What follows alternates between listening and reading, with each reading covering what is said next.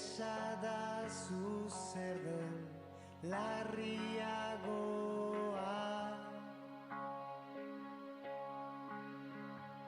Zu ematea ala erretzen ustea.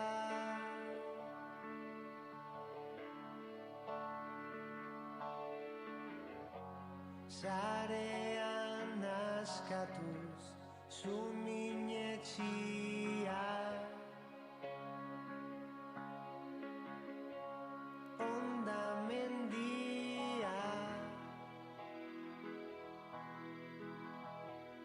Gordelekutik bea.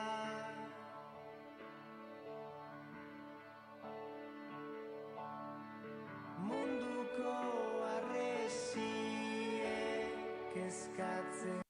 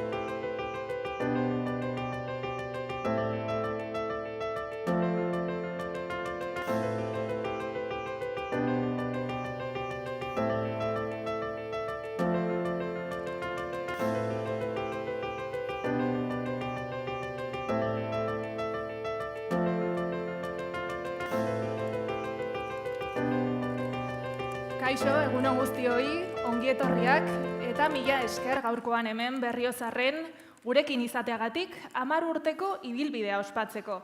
10 urte baino ez, Garat? Hala da bai, hala da Edurne. Egunon zuri eta egunon guztioi. 10 urte baino ez ditugu bete eta zenbat gauza aldatu diren urte hauetan Nafarroan. Pentsa, ni 16 urteko gaztetxoan nintzen 2011ko gau magiko hartan. Bai, bada, guztia ginen gazteagoak, gau hartan, gaur baino, baina adin eta kolore desberdinetako lagunek, jatorri eta begirada anitzeko pertsonek, topaleku bat aurkitu genuen zalantzari gabe Euskal Herria bildun. Eta ordutik, hain zuzen, ikasi egin dugu emozioak partekatzen, elkarri entzuten, desberdinen artean gerturatzen eta adosten, baita nahiak eta asmoak orekatzen ere. Eta hain zuzen bide horri jarraituz, gaur zoriontsu eta harro gatoz bigarren kongresu bat ospatzetik, gure lantaldeak indarberritzetik eta prest etorkizunean topatuko ditugun erronka berri guztiei aurre egiteko. Eta zergatik, zertarako galdetuko duzue, bada hemen gauden guztiok oso argi daukagu. Euskal Herria, Nafarroa aske bat lortzeko. Ez da erronka makala. Ahalegin handiak egin ditugu orain artean, pertsonalak eta kolektiboak, eta lanean jarraituko dugu gaurtik aurrera ere. Badakizuelako zer? Bada gauza bat denborak ez duen aldatu. Ilusioa. Nafarroa eraldatzen jarraitzeko ilusioa.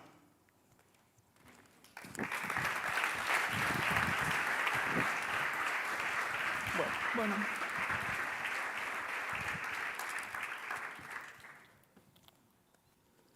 Gogoan duzue gaura? Zenbat tentsio, zirrara, emozio. Denok geunden urduri, auzitegi konstituzionalak zer esango zuen zain. Eta bapatean, isiltasuna, zurrumurrua eta poz leherketa bat. Bildu jaio zen, ilegalizazio garaiari ateak itxiz. Momentu eta aukera historikoa da, eta erakutsiko diegu Bildu ere tresna historikoa dugula. Denbora gutxi pasa da geroztik, 10 urte baino ez. Baina Nafarroa ez da orduan zen ura. Nafarroa aldatu da. Nafarroa eraldatzen ari gara. Lehen, Nafar izateko modu bakarra zegoela zirudien. Forala eta Espainiarra, hau da, katolikoa, kontserbadorea eta probintzianoa. Ematen zuen, UPN eta PSN-eren menpe biziko ginela beti. Murrizketen, privatizazioen eta porlanaren erregimenaren menpe. Uste genuen, ez genuela sekula lortuko Opus Deiren atzaparretatik ihes egitea. Bazirudien, PEN, UGT eta Komisiones Obrerasen entramadoa betierekoa zela eta Diario de Navarrak zizelkatuko zuela pentsamendu posible bakarra. Duela 10 urte, gure seme-alabak inpunitate osoz eraman eta torturatzen zituzten. Nafar askok ezin zuten hauteskundetan aurkeztu. 115 preso nafar zeuden Espainian eta Frantzian sakabanatuta. Eta hemen, etzen inora saldatzen. Baina, azken hamarkada honetan, nafartasun berri bat loratu da. Loratzen ari da, irekia.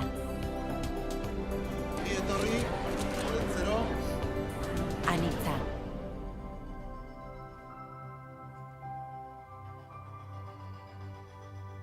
Inkonformista.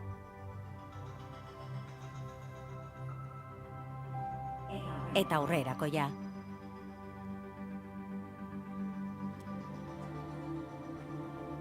Bi 2015ean lehenengo aldiz, kanporatu genituen UPN eta PSN gobernutik.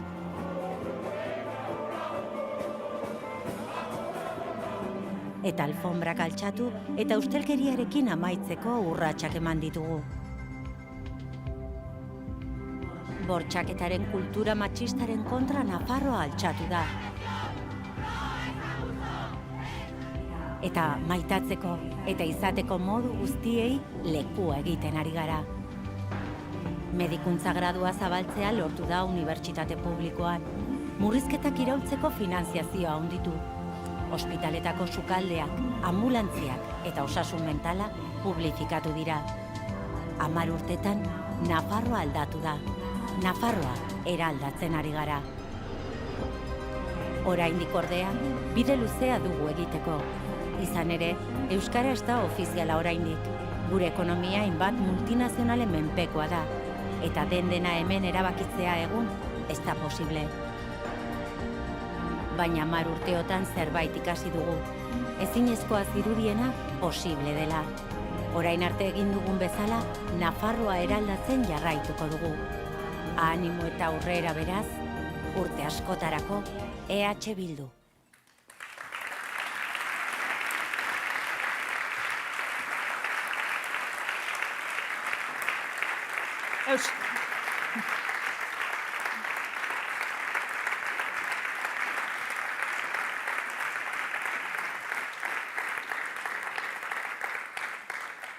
Euskal Herria Bilduren indarra, Nafarroa eraldatzeko indarra, gure herrietan eta gure auzoetan.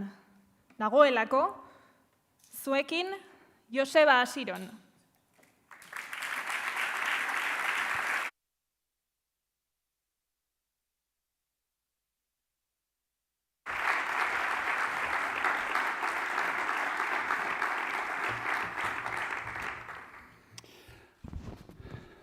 Bueno, gauza guztiekin gertatzen den moduan, aurtengo efemeride garrantzitsu honi amaiera iritsi zaio, eta benetan amaiera pozgarria da, ilusioz eta itxaropenez betetzen gaituena. Pentsatu besterik ez dugu, egin behar egin dela 10 urte ikusi dugun arratsalde luze horretan, momentu horretan jakingo bagenu zein izango litzateken edo zer gertatuko zen urrengo 10 urteetan zein izango litzateken gure erreakzioa, ez? Segurezki, antxe bertan udaletxe plazan hasiko ginen saltoka eta ez dakit, ez? Ta oiuka eta dantzan. Bueno, bi buru argazki hoien arteko, konparaketatik atera dezakegun baloraziorik adierazgarriena dudarik gabe. Momentu hartan eta aurreko urteetan ere, Nafarroan, Iruñan, pertsona euskaldunak, langileak, ezkerrekoak, emakumeak, erregimenarentzat normalak, arruntak ez ginen hoiek, pertsona hoiek, bigarren plano batetan egon ginen, eta ikusezin bihurtuta urteetan zehar. Eta Euskal Herria Bilduri esker, Euskal Herria Bilduren atzean dauden milaka pertsona, milaka herritarren lana eta ahaleginari esker, aldaketa iritsi zen hiri honetara, eta ez bakarrik hiri honetara, baizik eta beste herri eta hiri askotara ere. Eta horregatik Euskal Herria Bildu bilakatu zen hemen Nafarroan lehen indar municipalista. Eta horregatik, diot beti, entzun diazue mila aldiz, eta gaur ere berriro esanen dut, Euskal Herria Bildu dela herri zahar eta zigortu honek inoiz sortu duen aldaketa tresnarik eraginkorrena eta garrantzitsuena. Orain dela 10 urte, hemen, Nafarroan, hemen, Iruñetik oso gertu, Iruñerrian, eskuinak lasai gobernatzen zuen, harrokeriaz eta bazterkeriatik. 10 urte beranduago, gaur egun erregimena hankaz gora dagoela ikusten dugu, amarru guztiak maigaineratu ditugulako. Gero eta gehiago dira privilegio horiek onartzen ez dituzten herritarrak eta Euskal Herria Bildu prozesu horretan ezinbestekoa izan da. Pasa den astean, ikusi izan dugu, egonda egunkarietan, egonda komunikabide guztietan, sare sozialetan, Euskal Herria Bildutik hemen Iruñan egin ditugun salaketa guztiak, mundu guztiak dakizki, eta horregatik da hain garrantzitsua Euskal Herria Bildu, horregatik zarete zuek horren garrantzitsuak. Iruña mundura, aniztasunera, elkartasunera irekitzen ari da, eta jada ezin gaituzte berriro itxi, ezin gaituzte ikusezin bilakatu. Ateak zabaldu ditugu eta kolorez eta aniztasunez jantzi dugu gure errealitatea. Iruña eredu bat da eta une honetan eredugarria da Euskal Herria guztiarentzat, posible denaren eredua alegia. Gaur geuk erakutsi geniolako Iruñari, Nafarroari eta Euskal Herria guztiari zer egiteko kapazak garen eta ze modutan egin ahalko genuen hori modu jator eta zintzo eta bertakoa eta gainera demokratikoagoa. Horregatik aurre eta modu hortan aurre egin genion eskuinari ustelkeria salatzen eta argitzen, aldaketan eragiten, bestelako kudeaketa ereduak bultzatzen, pertsona guztien eskubideak erdialdean paratzen, politika feministak eta jasangarriak sustatzen eta politika sozialetan erreferente bilakatzen. Eta dagoeneko posiblea izan dena posible izango da berriro ere. Geuk erakutsitako gauzak egiteko modua inoiz baino biziago dago, gero eta gertuago dago. Aldaketa, maiuskulekin, ez da iraganeko kontu bat, geroa baizik. Gero eta gertuago dagoen futurua da. Abiadura handian hurbiltzen ari den errealitatea. Bistan dago jada, posible egingo dugu berriro. Eta utziazue amaitzen, ezagutzen nauzue, historialari gisan, esateko orain, justu, egun hauetan, orain dela 500 urte, Nafarroa independientea eta libre zela esaten. Konkista latz bat jasan eta gero 1512an, 1521 maiatza eta ekainean, eta epe labur batez izan bazen ere, Nafarroak berreskuratu zuen bere independentzia. Orduan, egun hauetan, orain dela 500 urte, Iruñeko udalaren ordezkariak esan zuen hitz hauek. Nafarroa askea da, berriro jasandako morrontza alde batera bota dugulako. Hitzez hitz esan zuen agirietan idatzita dago. 1521ko ekainaren 30ean askatasun hori, behin-behineko askatasun hori galdu zen, baina hitz horiek gaur egun bere esanahia mantentzen dute. Nafarroa hark bizirik irauten duelako. Iruñak, Europako estatu baten hiriburua izateko jaio zen, hiriak harresiez eta zabalgunez beteriko historia izan du, beti alaia eta zoriontsua izan ez den historia. Horregatik, gaur, urte garrantzitsu honetan eta zita honekin amaitzeko momentuan, 2015an nire lehenengo interbentzioan zerrendaburu bezala erabilitako hitzak berreskuratu nahiko nituzke. Argako hiri zaharrak inoiz baino gehiago behar du zabalgune berri bat, ilusioz eta irudimenez beteriko laugarren zabalgunea, molde zahar eta zaharkituekin apurtuko duena. Gure esku dago, izan zitekeen hiri dizdiratsu ura berreskuratzea, benetan tematzen bagara ikusiko dugu. Nafarroa eta Euskal Herria libreak lortuko ditugu. Biba zuek eta gora Euskal Herria bildu!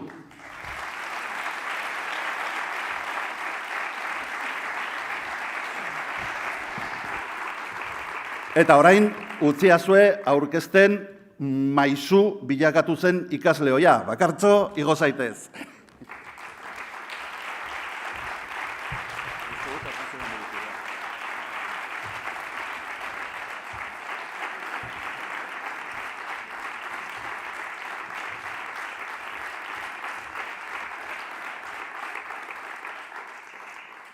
Egunon guztioi,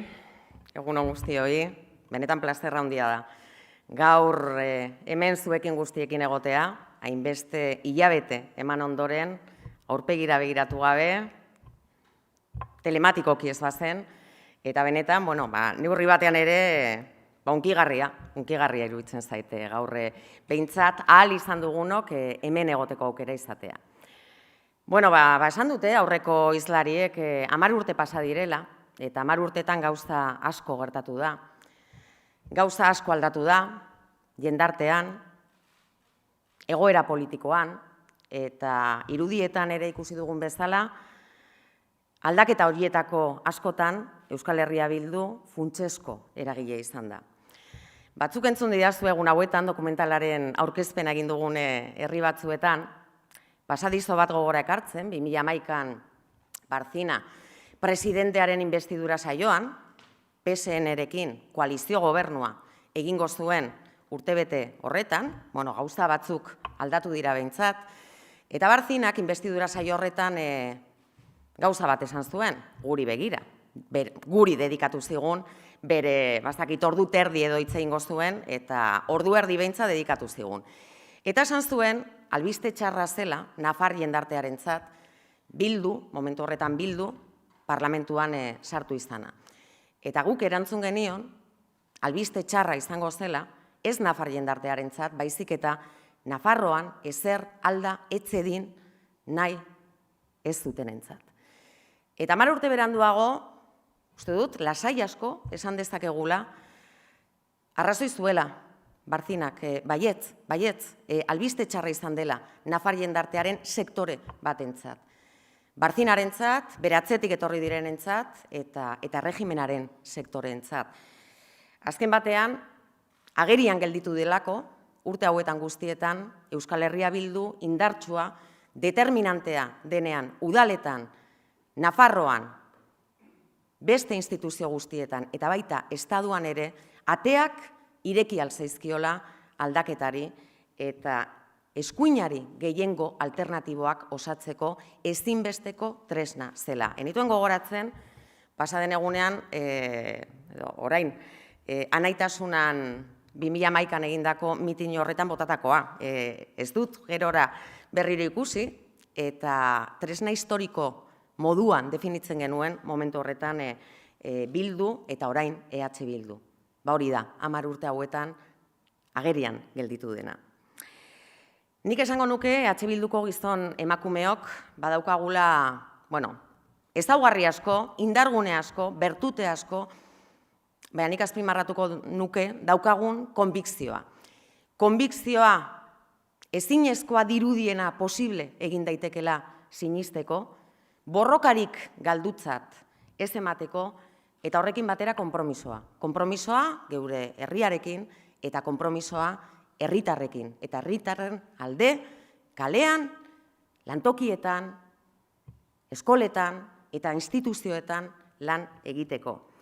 Urte luzeak eman ditugu, eremu horietan guztietan lanean, helburu garbi batekin, eta bazen urteotako erregimenaren politikak baztertzea eta bestelako Nafarroa eraikitzea, demokratikoagoa eta duinagoa. 2015ean inor gutxik sinisten zuen, aldaketari ateak irekitzea posible izan zitekeenik, ezberdinen artean elkarlana sustatzea, akordioak lortzea, eta lortu zen aldaketari ateak irekitzea. Eta hori Nafarroako historian, Nafarroako politikagintzaren historian mugarri historikoa izan zen. Eta orduz geroztik, ari gara aldaketaren bidean urratzen, zalantzari gabe goraberak ere badaude, bidea ez da makala, bidea malkartsua izango zela, bagenekien, baina 2019an ere Euskal Herria Bildu izan zen eskuinari atea itxi ziona. Erabaki zailak hartu ditugu azken urteotan, zalantzari gabe. Baina beti hartu ditugu bi baldintza beteta. Bat, begirada luzez erabakiak hartzea. Perspektiba politiko oso garbi eta garden batekin, eta konbikzio osoz. Eta bigarrenik, hartu ditugun erabakiak, hartu ditugun zuek eman diguzuen konfidantzari eta babesari esker. Zuekin partekatu ditugulako erabaki horiek. Eta horretan ari gara, zailtasun, hori ere ez dugu ukatuko. Aurrera egiteko, zalantzari gabe, zuekin guztiekin, eta hemen ez dauden milaka herritarrekin batera egin beharko dugulako bidea, egiten ari garelako bidea, Nafarroa, euskalduna nahi baldin badugu, feminista nahi baldin badugu, anitza nahi baldin badugu, eta demokratikoa nahi baldin badugu. Eta ez nuke amaitu nahi pandemiari erreferentzia egin gabe. Pandemia izan da azkeneko urte terdian gure bizitza, hankaz gora jarri diguna, baita gure jardun politikoa ere neurri handi batean, eta gerian utzi ditu pandemia honek ere, aldez aurretik bagenik izkien gauza asko, baina batetik sistemaren miseria guztiak, sistemaren muga guztiak eta geure helburu politiko nagusietan berretsi egin gaitu. Sistema goitik bera eraldotu behar dugula, sozialki eta ekonomikoki, eta buru jabetza behar dugula geure erabakiak hartzeko. Eta honekin, amaituko nuke, esanez, 10 urte, orain dela 10 urte, ilusio guztiz, batzuek piztinazo ederra egin genuela, piztinara bota ginela, ilusio horrek jarraitzen duela 10 urte beranduago, indarra badugula, badaukagula konbikzioa, orain dela 10 urte bezala, eta sinetsita gaudela, Euskal Herria Bildu dela, Nafarroan ere, aldaketarako bidea irekitzeko tresnarik eraginkorrena. Beraz, mila esker zuen konfidantza guztiagatik, urte hauetan guztietan, eta bibazuek, gora Nafarroa, gora Euskal Herria eskatuta, eta gora Euskal Herria Bildu.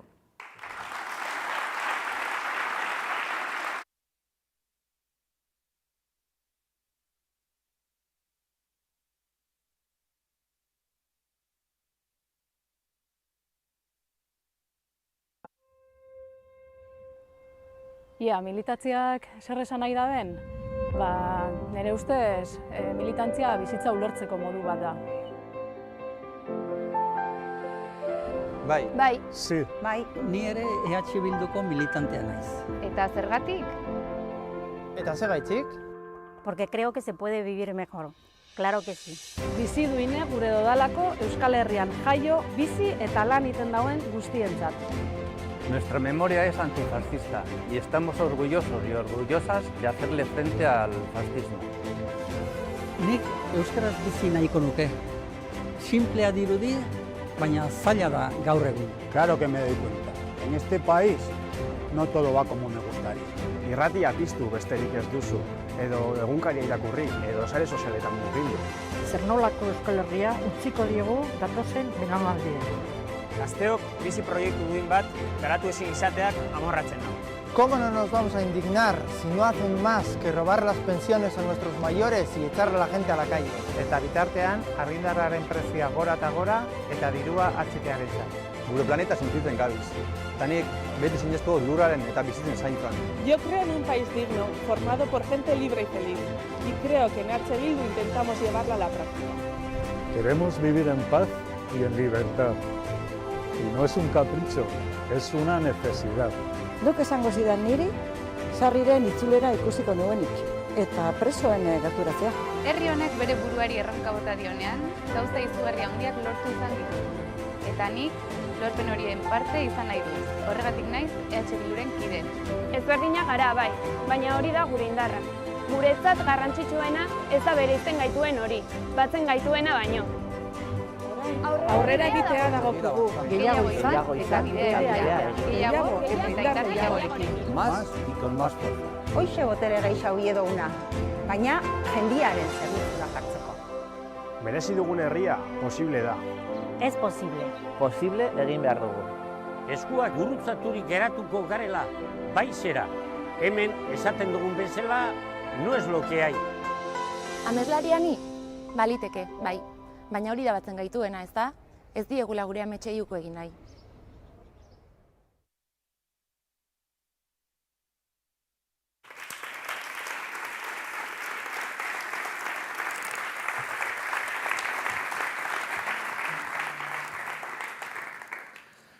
Ameslariak gara. Ameslariak gara mundu hobe bat dugulako amesteko. Etorkizun hobe bat dugulako amesteko. Asko dugu egiteko, Nafarroa askea eta justua lortzeko. Eta hori da gure jardunaren helburua. Nafarroa hobea amestea. Ez aldala? Alaxe da bai garat, bizitza duinak nahi ditugulako, eskubideak nahi ditugulako, guztiontzat. Berdintasunean eta aske bizi nahi dugu, Euskal Herria jasangarri eta buru jabe batean. Eta helburu horiek hain zuzen batzen gaituzte. Helburu horiek gidatzen dute gure eguneroko lana. Bai herri mugimenduetan, bai ikasle, emakume eta langile borrokan, bai udaletxeetan eta gainontzeko erakundeetan, bai eta sindikatuetan ere, kalean eta etxean. Zenbat eta zenbat tokitan, zenbat eta zenbat pertsona egunero jotake lanean eta borrokan Nafarroa eraldatzeko, Euskal Herria Bildu indartzeko eta geroz eta gehiago izateko. Horregatik guztiagatik, zuentzat da eskertza hau. Xumea, baina merezitakoa. Euskal Herria Bildu egiten duzuen emakume eta gizon guztiontzat. Proiektu kolektibo honen parte zareten adiskide guztiontzat, gure eskerrik beroena.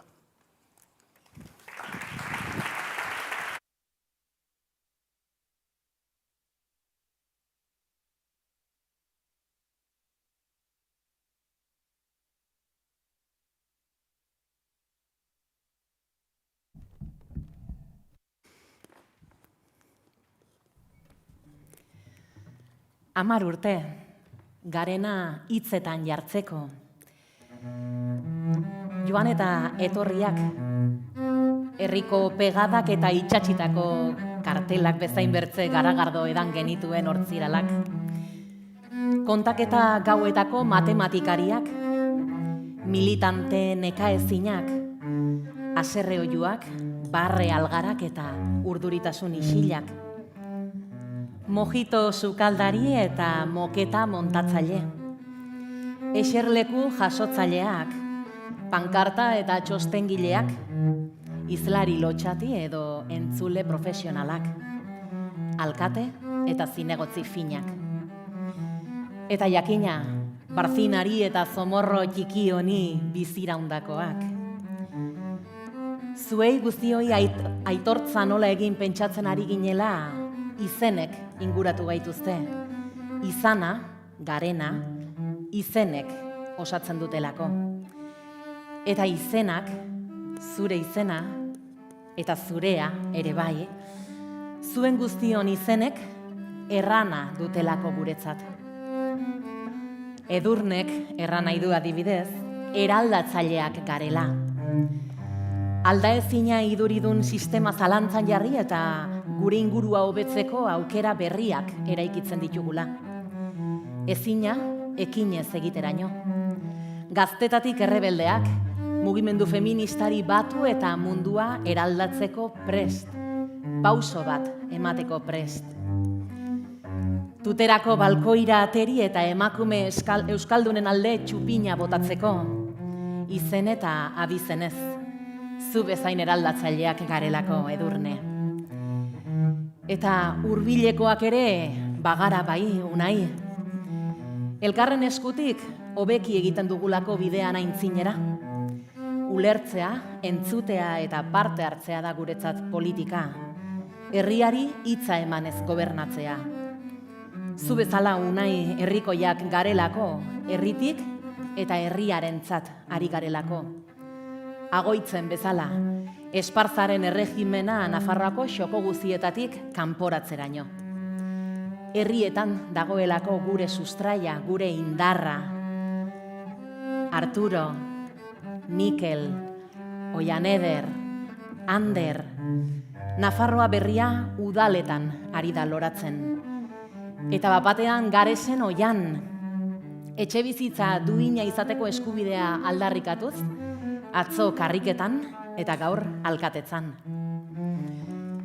Edo Ibitxan, hegazkinera igo eta sartagudan lur hartu, Alargunen herrian.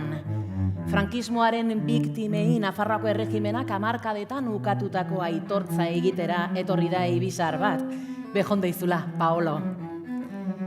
Ausartak garelako gu. Eta eskertzekoa da ausardia hori. Pontevedratik, Kataluniatik zatozen guziei, eskerrik asko. Gure ametsekin bat egiteagatik, Beltxa, Afrikatik Euskal Herriraino, arrazakeriaren kontra, faxismoaren kontra, eskubide guztien alde gurekin bat eginez, hori bai dela ederra. 11 koloreko herria gara, anitzak gara. Sorreratik desberdinen arteko topaleko, elkarrengandik ikasiz eta elkarrekin eziz. Dani, Aitziber, zenbat eta zenbat izen orain gure artean etzaudetenak, bino gure izatean betirako biziko zaretenak. Burua izenez eta bihotza maitasunez betetzen zaigu zuekin guziokin. Jende zintzoa zaretelako benetan, beti onena emateko prest, abiatzen dugun erronka bakoitzean. Aurrera, tinko, etxigabe, Iruñeko alkatetza ziega barrutik ospatuz, berriz gure artean izan arte, Ainoa. Aldaketa hegoaldera zabalduz, Tuterako auzo langiletara, beti xutik, beti borrokan, txiki. Lehen bozka horretatik hasita mundu hobea posible dela amestuz. Maialen, gora zu eta gora gazte errebelde eta askeak. Zuek gabe ezkenuke proiekturik, ez ezkerreko politikak gauzatzerik, ez politika feministak eta ekologistak ezartzerik. Ez injustiziari aurre egiterik, bel, zu bezala injustizien aurrean ezkarelako isilik gelditzekoak. Burua eta bihotza jartzen ditugu lanean, gizarte hobe bat posible dela sinetxita. Askatasunean sinetxita. Eta zindagizuet, aske izanen garela, herri libre batean.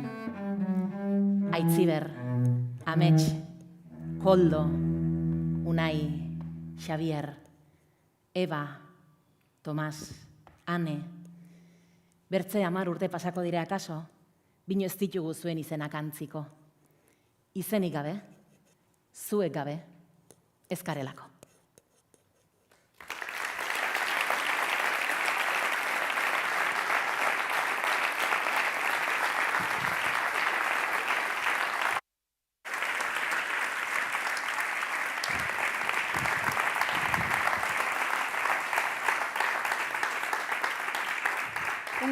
Unkigarria benetan, gara atitzik gabe. Polita izan da bai, eskerrik asko Estitxu eta Nestor. Eta eskerrik asko berriz ere zuei guztioi. Eskerrik asko eta urte askorako. Esan duguia da, baina berriz ere esanen dut merezi duelako.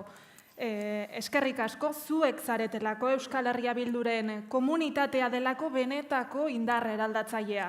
Gurea proiektu kolektiboa da, eta desberdinen artekoa eta herrikoia. Eta zuei guztioi esker prest gaude. Erronka handiak ditugu aurrean, erronka handiak gure herrietan, auzoetan eta baita Nafarroan ere. Erronka handiak gizarte bezala, elkartasunean, berdintasunean eta jasangarritasunean urrats erraldoiak emateko, berandu baino lehen. Eta prest gaude. Prest gaude eta talde bikaina dugu horretarako. Igo daitezela oholtzara datozen 4 urteetan Euskal Herria Bilduren Nafarroako zuzendaritza osatuko duten pertsonak. Aritz Romeo, Lur Albizu, Endika Alonso, Edurne León, Maider Beloki, Lola Eslava, Bakartxo Ruiz, Unai Lako, Mayi Lasa eta Adolfo Araiz. Eta etzaretelako bakarrik egonen, 100 ameslarik bultzatzen dugulako egunera Euskal Herria Bildu, holtzan lekua eginen diegu ordezkaritza ahalik eta zabalenari. Igo daitezela Ander Oroz, Aritz Aiesa, Laura Aznal, Borja Izagirre, Oianeder Indakoetxea, Paolo Albanese, Bel Pozueta eta Joseba Asiron.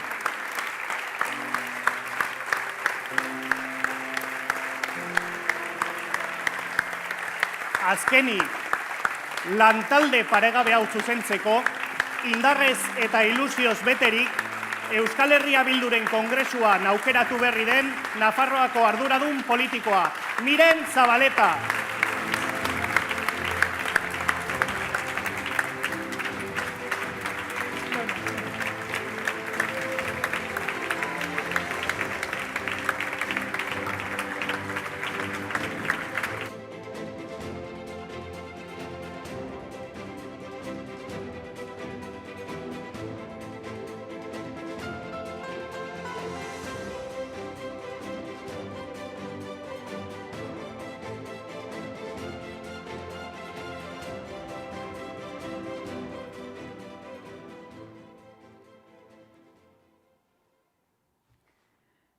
Egun on guztioi, benetan pixkat hunkituta nago ekitaldi honen azkeneko pasarteekin, pozik eta harro nago gaur zuekin egoteaz, eta Euskal Herria Bilduk azkeneko 10 urteetan egindako ibilbidearen parte sentitzen naiz.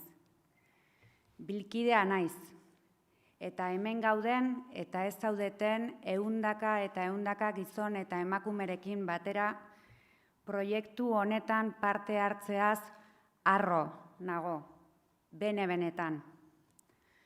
Como han dicho Joseba y Bakartxo, Euskal Herria Bildu ha sido y es un instrumento eficaz para impulsar el cambio político y social. Un instrumento eficaz, pero también determinante. Determinante para construir mayorías alternativas a la derecha aquí, en Nafarroa y también en el Estado. Y aspiramos a serlo mucho más.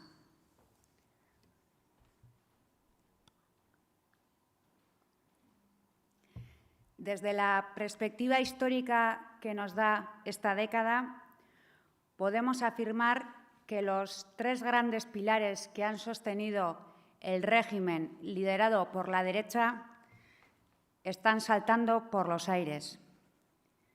El primero de ellos es el mito por el que el orden natural en Nafarroa era ser gobernados por el corralito foral.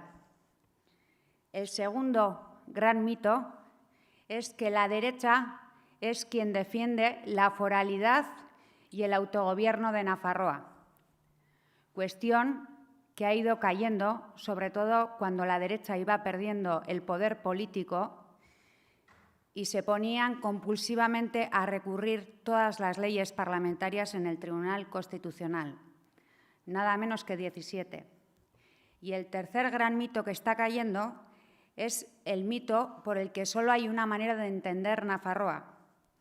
Hoy, como hemos visto en este pequeño ekitaldi, la realidad social y política de Euskal Herria se muestra en su diversidad y sí o sí requiere de una gestión democrática de la misma. Baina mito hauen eroriera ez ezik, Euskal Herria Bilduk demostratu du posiblea dela ezker soberanistaren batasuna. Posiblea dela ezker soberanistaren batasuna etorkizuneko programa baten inguruan. Eta posiblea ez ezik ezinbestekoa dela Nafarroan eta Euskal Herri osoan indar harremanak aldatzeko. Eta posiblea dela ere bai akordioak erdiestea, lehentasunak eta borondatea baldin badaude. Eta zentzu horretan, uste dugu, zalantzarik gabe Nafarroa eredugarria dela. Eta orain, une honetan, pandemiaren garai hauetan, egoeraren irakurketa egitea datorkigu. Eta lehenik eta behin erreflexio bat. 80. hamarkadan, Margaret Thatcherrek esaten zuen que la sociedad no existe, solo existe el individuo. Esaldi horrek laburtzen zuen neoliberalismoaren oinarri ideologikoa. Pandemiaren testuinguru honetan, gaur, eskuinak mantra horren 2.0 bertsioa abiatu du. Eta askatasunaren izenean, individualismo basati bat bultzatzen ari da.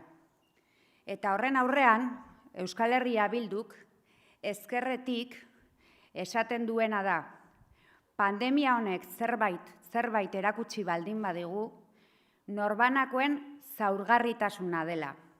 Eta horren aurrean, ezkerretik, EH Bildutik esaten duguna da, bizitza, komunitatea, jendartea, esaten duguna da, pertsonak, politika, publikoak eta sozialak, burujabetza.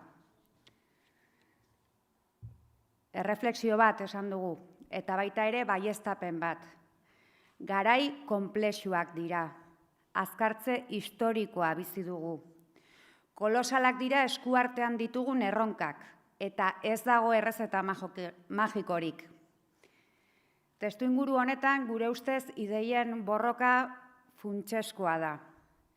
Eta gakoa da asmatzea ze ideien inguruan irekiko den borroka hori. Gure ustez, 1. Transformación o colapso.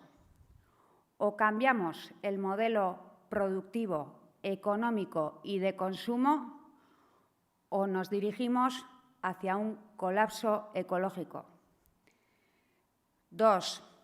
Más democracia o autoritarismo.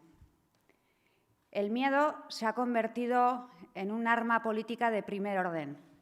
Miedo a perder el empleo, miedo a perder la vivienda, miedo a la incertidumbre, a la migración.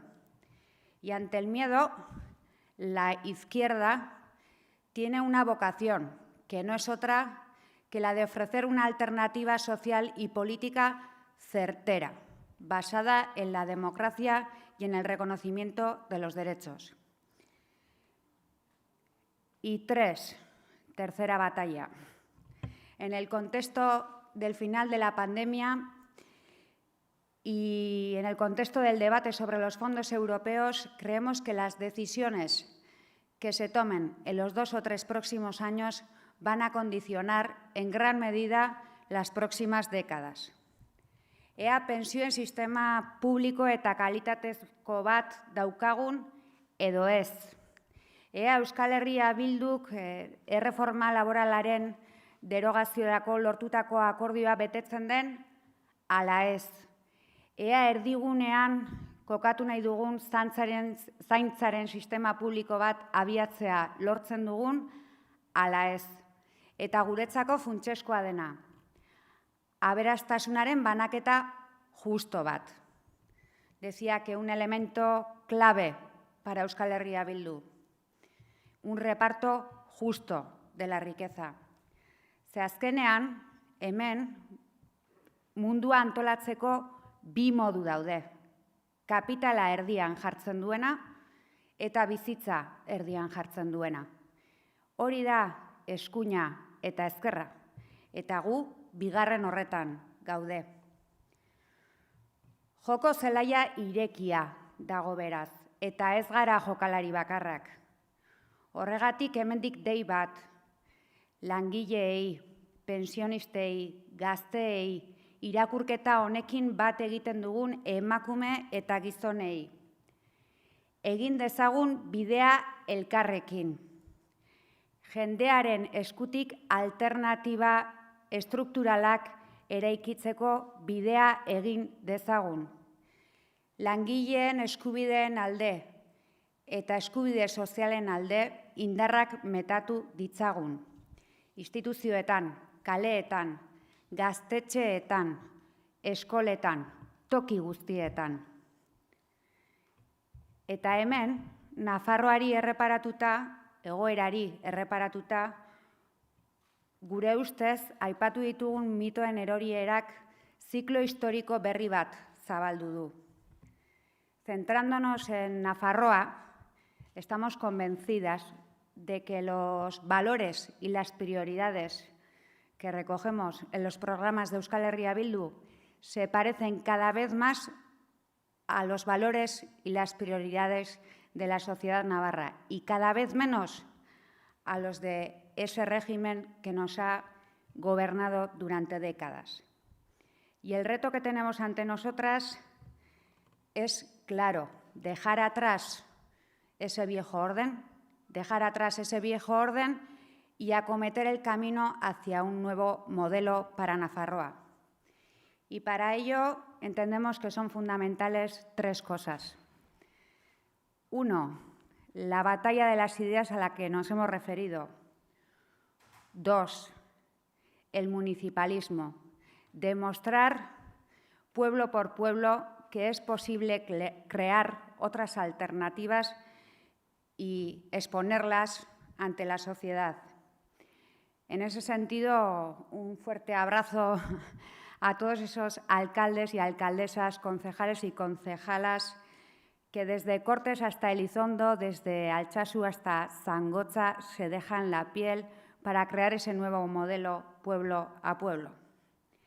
Y tres, sobre todo, seguir trabajando con la gente, con humildad, con honestidad, con la gente y para la gente, haciendo más fuerte cada día a la izquierda soberanista en las instituciones y también en las calles. Porque lo decimos alto y claro, no queremos el regreso del régimen liderado por la derecha. Ahí estamos y estaremos para cerrar las puertas a la derecha y construir mayorías alternativas. Pero con la misma claridad, decimos que queremos seguir avanzando, que desde Euskal Herria Bildu tenemos un proyecto y un programa para Nafarroa y también para el conjunto de los territorios de Euskal Herria. Un programa que podríamos resumir en tres grandes retos. El primero, la transformación profunda en materia política, económica, social y ecológica por la senda de la soberanía para Navarra. El segundo, avanzar en un proyecto de país, Euskal Herria, que permita ir tejiendo una alternativa republicana al modelo español y francés, y esa Nafarroa soberana. Y el tercero, la construcción de un modelo de convivencia para el reencuentro. Y también en estos días tenemos que recordar que para conseguir la oficialidad del euskera en todo Nafarroa, porque es de justicia, porque es de democracia y porque entendemos que debería ser también de ley. Bukatzeko, Euskal Herria Bilduk programatik arantzago badauka ere berezitasun bat, ekitaldi honetan zehar aipatu izan dena. Eta berezitasun hori zuek denak zarete, gure komunitatea. eta bere balioak, baikortasuna, konpromisoa, zintzotasuna, eta baten bate kongresu honetan esaten zuen bezala, bizipoza. Ezetzaetik baietza sortuz ezinezkoa posible egiten duzuenak. Eta horregatik, hemen gauden guztiak, holtza gainean, holtza behian, eta baita ere streaming bidez hau jarraitzen, konbentzituta gaude, EH Bilduren proiektua Nafarroa, Euskal Herria hobeago bat egiteko funtseskoa dela. Eraldaketa eta burujabetza lortzeko tresna eraginkorrena dela. Asko garela eta asko zere gehiago izan gaitezkela. Horixe da gura postua, Nafarroa burujabe bat Euskal Herria libre batean. Gora Euskal Herria Bildu! Gora Nafarroa!